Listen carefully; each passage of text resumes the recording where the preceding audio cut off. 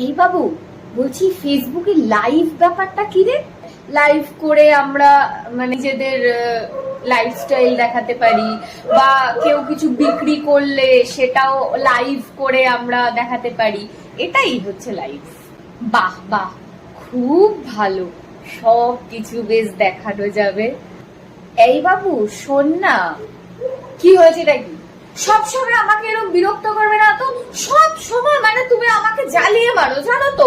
এই একটা social media শিখেছো, সোশ্যাল মিডিয়া চালু করেছো, তবে থেকে শুরু হয়েছে তোমার। প্রত্যেকদিন বাবু এটা পাচ্ছি না, বাবু ওটা পাচ্ছি না, এটা দেখিয়ে দে, সেটা দেখিয়ে দে। আমার আর ভাল লাগছে না। তুমি একটু বসে আছি শান্তিতে, আমার ভাল লাগছে না। না দাঁড়া, তোর ব্যবস্থা আমি করছি।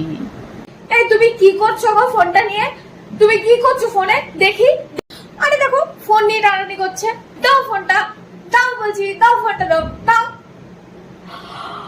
লাইভ করছো তুমি?